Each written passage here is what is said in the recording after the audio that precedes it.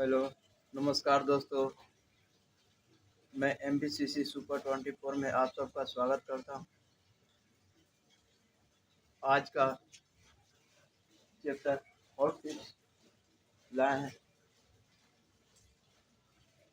आपका बताया जा रहा है ग्रीक भाषा के शब्द मैथमेटिका से लिया गया मैथमेटिक्स शब्द है।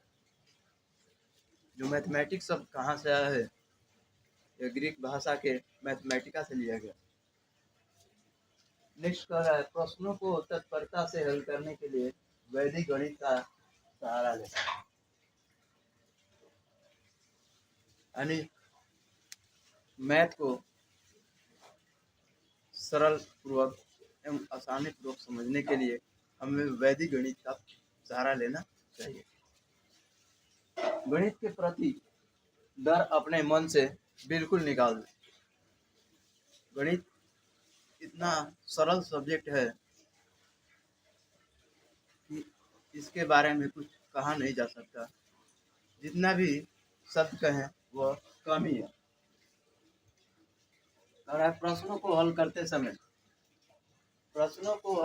समय जहाँ जरूरी हो वहाँ सूत्र अवश्य लिखें। कहीं भी हम अगर मैथमेटिक्स का क्वेश्चन बनाते हैं, अगर वहाँ फॉर्मूला की आवश्यकता है तो वहाँ अवश्य लिखें।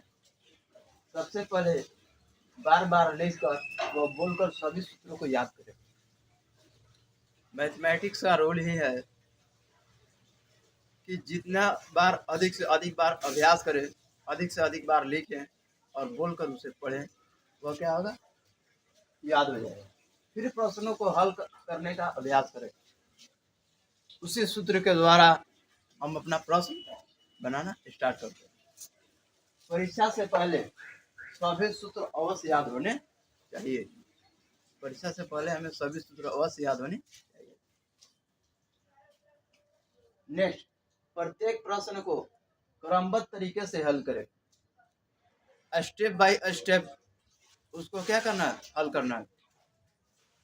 क्योंकि प्रश्न के प्रत्येक सोपान के अंक अलग अलग निर्धारित होते हैं, इसलिए हल करते समय प्रत्येक सोपान क्रमबद्ध तरीके से लिखा जाना बहुत ही जरूरी है। उसको हम स्टेप बाय स्टेप लिखेंगे। प्रश्न पत्र हाथ में आते हैं निबंधात्मक प्रश्न, लघुत्रात्मक प्रश्न, अति लघुत्रात्मक प्रश्न व बहुविकल्पात्मक प्रश्नों के लिए उनके अंकों के हिसाब से अलग अलग समय सीमा निर्धारित कर ले। प्रश्न पत्र हल करते समय समय सीमा को बार बार समय देखकर ध्यान में रखें, उसी के हिसाब से आगे बढ़े।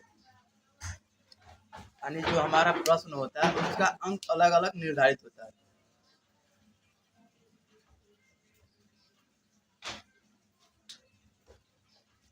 परीक्षार्थी को सबसे पहले प्रश्नों को हल करने चाहिए जो कि उसको अच्छी तरह से आते हो एवं अधिक भार के हो।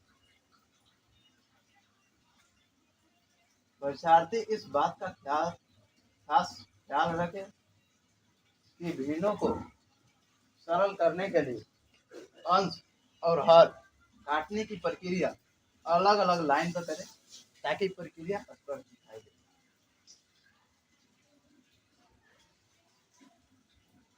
नेक्स्ट दोस्तों, अगर हम मैथ बनाते हैं, अगर कोई हमारी त्रुटियां होती है, उस त्रुटि को वन लाइन से उसको क्रॉस कर दे और उस पर ज़्यादा मच्छर कुदाने की जरूरत नहीं है। उसे एक लाइन में काट दे और नेक्स्ट आप उसे बनाते रहें, जिससे कि क्या होगी कि आपका परीक्षार्थी अगर प्रश्न को हल करता है और कहीं भी अगर त्रुटि होती है तो उसको लाइन बाय लाइन कॉन्सेप्ट देखते रहें। उस फार्मूला के द्वारा आपको समझ में आ जाएगा। ये आज आपके लिए और टिप्स लाएं जिससे कि परीक्षा हॉल में बैठते समय हम अपने अंदर डर पैदा करते हैं, डर को बाहर निकाल दें और उसी के हिसाब से आप परीक्षा में बैठें।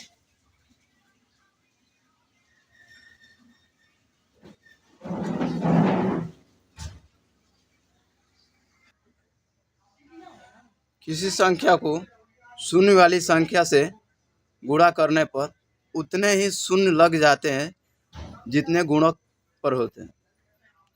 जिस संख्या के इकाई अंक में शून्य होता है वह 2, 5 व 10 से अवश्य ही विभाजित हो जाती है। थैंक दोस्तों, हैव अ नाइस डे।